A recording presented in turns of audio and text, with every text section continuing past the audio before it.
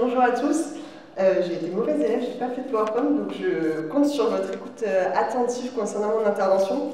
Donc l'idée c'est de savoir que se passe-t-il une fois qu'on fait un signalement ou qu'on dépose plainte au niveau de l'enquête.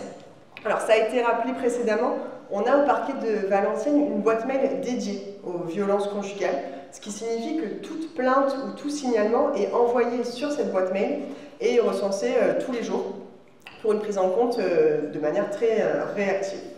Alors une fois que cette plainte est prise en compte au niveau du parquet, on écoutera ensuite les enquêteurs, nous donnons des directives d'enquête aux enquêteurs, c'est-à-dire des actes d'enquête à effectuer. Je vais vous faire un peu un récapitulatif des actes d'enquête qu'on a en général en matière de violence conjugale.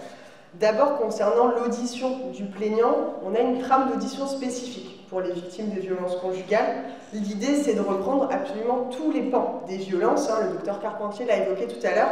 Les violences conjugales, elles ne se réduisent pas uniquement à des violences physiques. On a également tout ce qui est violence psychologique, violence sexuelle, violence économique, administrative, qui sont prises en compte aussi dans la plainte. Donc c'est une plainte qui prend beaucoup de temps à remplir, mais qui permet justement d'avoir un récapitulatif total de la situation exacte de la victime.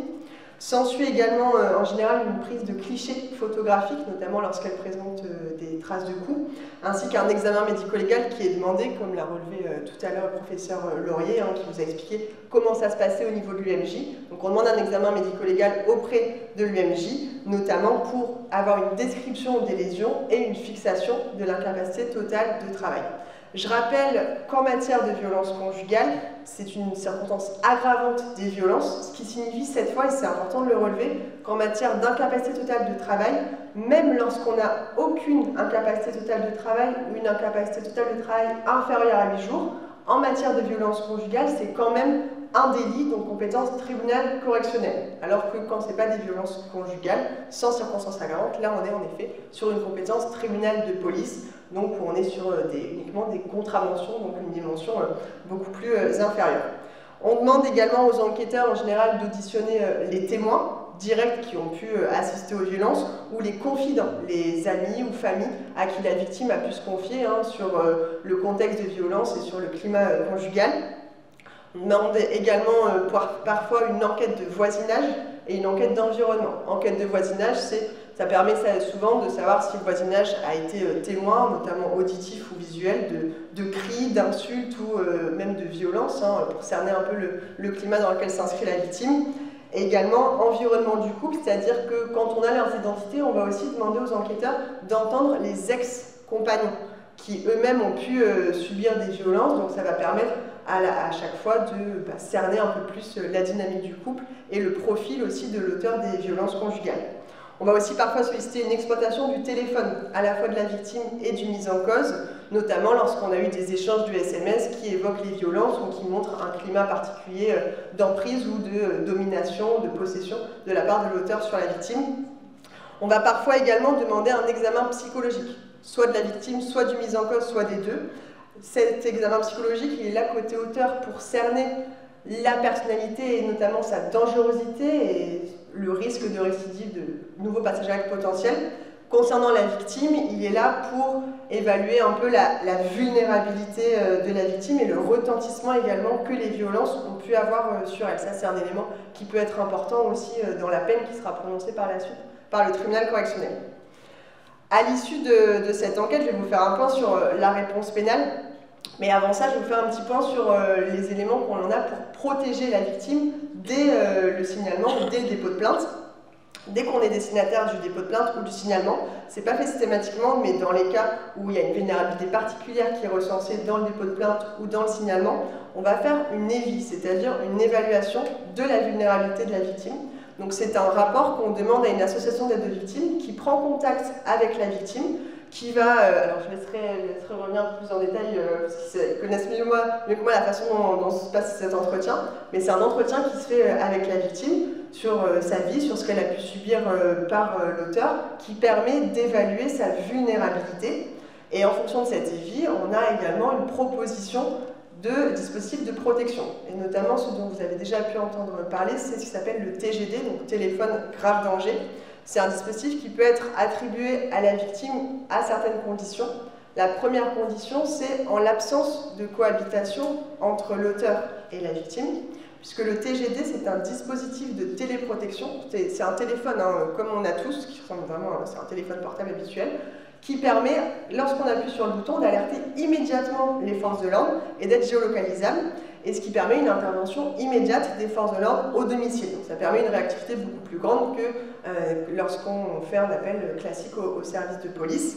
Ce TGD donc, peut être attribué en l'absence de cohabitation entre l'auteur et la victime, il faut qu'il n'y ait plus du tout de contact entre eux, et soit lorsqu'une interdiction judiciaire de contact a été prononcée, soit en cas de danger grave et imminent, hein, quand on estime qu'il y a un danger grave pour la vie de la victime si l'auteur s'en prend à elle. On a également des hébergements d'urgence des victimes qui sont accessibles sur le ressort de Valenciennes. On a au total, je vous laisserai rectifier si besoin, j'en dénombre actuellement 28 logements d'urgence. Je rappelle qu'à chaque fois qu'on a une situation d'urgence qui se présente, qu'on fait appel aux associations d'aide aux victimes, ça ne nous est jamais arrivé qu'on nous oppose une fin de non-recevoir et qu'on nous dise « désolé, mais là tous les hébergements sont remplis ».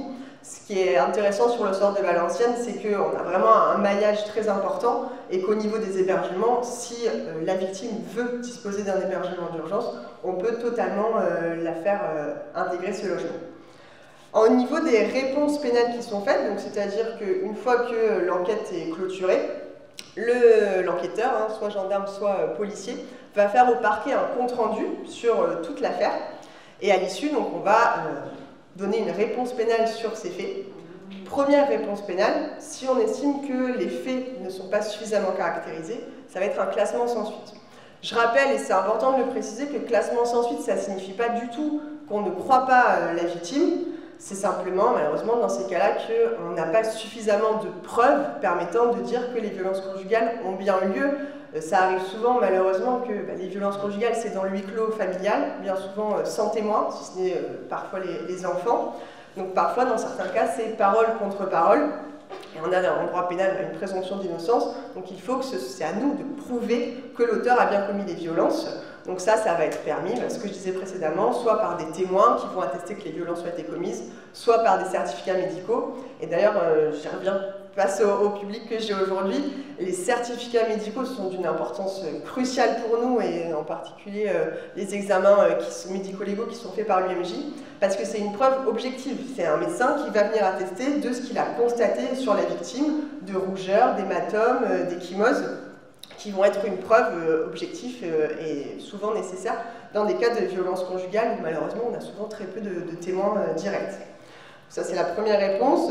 La deuxième réponse, une fois qu'on poursuit l'auteur, on a pas la possibilité de faire ce qu'on appelle une alternative aux poursuites.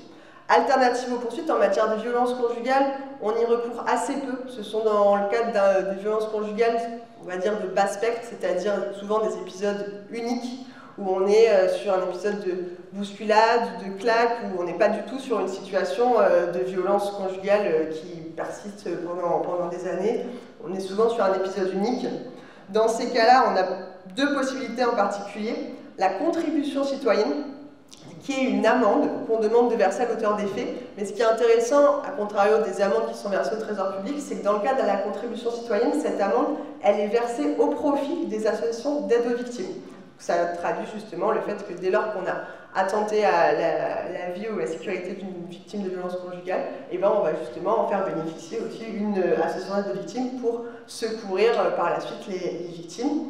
On a également en deuxième possibilité un peu plus élevée la composition pénale, qui consiste souvent à demander à l'auteur d'effectuer un stage de violence conjugale, où ça se passe en général en 1 ou 2 journées. C'est un groupe de parole avec des professionnels qui interviennent et qui sensibilisent aux violences conjugales. Dans le cadre de la composition pénale, on peut également envisager parfois des interdictions de contact ou de paraître au domicile de la victime. Ça, je le rappelle, alternative aux poursuites, j'en parle, mais dans le cas des violences conjugales, on y recourt quand même assez peu. La réponse pénale qu'on va privilégier dans le cas des violences conjugales, c'est en général le placement sous contrôle judiciaire. Placement sous contrôle judiciaire, ça veut dire qu'à l'issue de la garde à vue, l'auteur des faits est déféré, donc est présenté immédiatement devant le procureur de la République qui est de permanence, et que ce procureur va solliciter auprès du juge des libertés et de la détention le placement sous contrôle judiciaire qui va permettre souvent de poser à la fois une obligation de soins, que ce soit addictologique ou psychologique, et surtout une interdiction de contact avec la victime et de paraître à son domicile. L'idée, et on l'a évoqué précédemment, dans les violences conjugales, c'est qu'il y a ces logiques bien souvent d'emprise, de possession, de difficulté aussi pour la victime à se sortir de cette relation, avec bien souvent une culpabilisation de la victime. Donc l'idée du contrôle judiciaire, c'est de dire que pendant la durée du contrôle judiciaire, on met un stop total. À la fois, on protège la victime en disant à l'auteur qu'il n'a plus du tout le droit de la contacter, et d'autre part, ça permet aussi d'ores et déjà d'amorcer une prise en charge de l'auteur avec une obligation de soin qui lui est faite, donc une obligation déjà de commencer à réfléchir sur son passage à l'acte et à soigner aussi ses propres problématiques. La réponse, je précise également que la durée du contrôle judiciaire, elle est fixée par la loi, elle est de 6 mois au maximum. Ça veut dire qu'entre le moment où il est présenté au procureur et le moment de sa comparution à l'audience de jugement, doit s'écouler un maximum de 6 mois. La réponse pénale supplémentaire qui est la plus élevée en matière de violence conjugale, c'est la comparution immédiate. Comparution immédiate, ça signifie que dès sa garde à vue, l'auteur est déféré également devant le procureur de la République, mais cette fois, on ne va pas demander à ce qu'il reste libre avec des obligations à respecter, on va demander à ce qu'il soit placé en détention provisoire, donc qu'il soit incarcéré jusqu'à son audience de jugement. Audience de jugement qui doit intervenir dans un délai maximal de 5 jours. Donc il passe dans ce cas-là devant le juge des libertés et de la détention, qui va, oui ou non, décider s'il le place en détention provisoire jusqu'à l'audience de jugement. La comparution immédiate, elle est utilisée en général en fonction de la gravité des faits, mais aussi en fonction de la personnalité de l'auteur, c'est-à-dire notamment est-ce qu'il est déjà connu de la justice, est-ce qu'il a déjà été condamné pour des faits de même nature ou pas. En termes de chiffres que je peux vous donner, au niveau du parquet de Valenciennes, on est sur 79% de poursuites pénales, ce qui veut dire donc 21% de classement sans suite en matière de violence conjugale. Et parmi les poursuites pénales, on est sur 41% de personnes qui sont placées sous contrôle judiciaire, 19% qui sont passées en comparution immédiate, et on a ensuite 22%, donc ce que je n'ai pas évoqué, la comparution devant un tribunal correctionnel, mais sans placement sous contrôle judiciaire, et également 12% CRPC, c'est-à-dire lorsque l'auteur reconnaît les faits et qu'on envisage donc de lui proposer immédiatement une peine. Donc on n'a pas dans ces cas-là de contrôle judiciaire. Mais le contrôle judiciaire est vraiment la mesure la plus utilisée par rapport justement à la nature des violences conjugales pour permettre un éloignement et une prise de conscience aussi de la part de l'auteur des faits. J'y viens justement, c'est un élément que je voulais développer un peu plus auprès de vous aujourd'hui pour ne pas vous absorber, parce qu'au niveau de la réponse pénale, il peut y avoir de nombreux détails sur lesquels je pourrais revenir par la suite si vous le souhaitez, mais l'idée c'est que vous ayez un portrait un peu global de ce qui se fait en matière de violence conjugale, et ça me paraissait intéressant également d'évoquer avec vous la prise en charge des auteurs de violences conjugales, ce qui se fait en particulier sur le ressort de Valenciennes.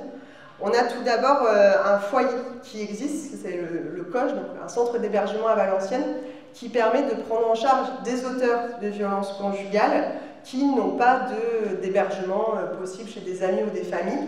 Et donc on a 7 places qui sont faites à Valenciennes, et on a un maillage aussi qui se fait entre Douai, Cambrai également, ce qui nous permet de faire en sorte qu'une fois que l'auteur est placé sous contrôle judiciaire et qu'on lui enjoint de sortir du domicile conjugal, et ben, il ne se retrouve pas forcément à la rue s'il n'a pas d'alternative au niveau famille-amis. On a ce foyer qui est possible. L'idée, c'est aussi par là de protéger la victime, parce que bien souvent, ce qu'on voit, c'est que si l'auteur se retrouve à la rue, la première chose qu'il va faire bien souvent, c'est d'aller au seul endroit qu'il connaît et de s'en prendre à nouveau à la victime en demeurant au domicile malgré ses obligations judiciaires. On a également un dispositif particulier qui est mis en place à Valenciennes, c'est le dispositif d'accompagnement individuel renforcé, qui permet une prise en charge renforcée des auteurs de violences conjugales qui font l'objet d'une problématique addictive, soit alcool, soit stupéfiant. La manière dont se passe cet accompagnement individuel renforcé, c'est que lors du déferment, on va proposer à l'auteur des faits un accompagnement global et personnalisé. L'objectif, c'est de diminuer la récidive. S'il accepte ce dispositif, il va être suivi par une coordinatrice qui va d'abord dresser un bilan avec lui de ses difficultés, à la fois au niveau des soins, au niveau de sa situation administrative, au niveau du logement, au niveau de l'insertion professionnelle.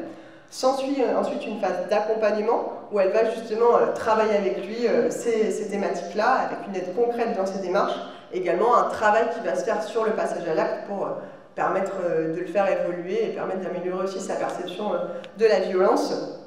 Et à l'issue, elle va dresser un bilan de la mesure qui sera communiqué au tribunal correctionnel et qui pourra être pris en compte justement par le tribunal correctionnel pour évaluer si oui ou non l'auteur des faits a correctement évolué et a fait des démarches pendant ce dispositif d'accompagnement. Un point également sur lequel je voulais revenir avec vous, on l'a un peu évoqué tout à l'heure, c'est la prise en charge des mineurs. Parce que désormais, on parle de plus en plus, non pas de violence conjugale, mais de violence intrafamiliale, ce qui prend en compte complètement les mineurs. Vous l'avez évoqué tout à l'heure. Oui, je termine très rapidement sur ce point-là. Très court, je savais que j'allais un peu déborder, je suis désolée. Juste sur ce point-là, dès lors que les mineurs sont exposés à des violences conjugales, ils sont aussi victimes, même sans subir des violences physiques eux-mêmes. Dès lors qu'ils y assistent, il y a des répercussions neuronales dans le développement du mineur qui existent, donc désormais ils sont pris en compte dans la loi. La circonstance aggravante est là quand le mineur est présent lors des violences conjugales, ce qui permet ensuite de le prendre en compte à la fois au niveau de la peine et de pouvoir prendre des mesures le concernant. Juste sur ce point-là, lorsque l'auteur est placé sous contrôle judiciaire, le juge des libertés et de la détention a l'obligation de statuer sur les droits de l'auteur, les droits parentaux du site d'hébergement, sur le mineur, pour éviter que le mineur ne soit un biais pour continuer à s'en prendre à la victime de violences conjugales. Et dernier point, c'est que lors de l'audience, le tribunal doit statuer sur le retrait de l'exercice ou de l'autorité parentale de l'auteur sur le mineur. Donc on voit désormais une prise en compte conséquente du mineur dans le cadre des violences conjugales. J'en ai terminé, je vous remercie beaucoup.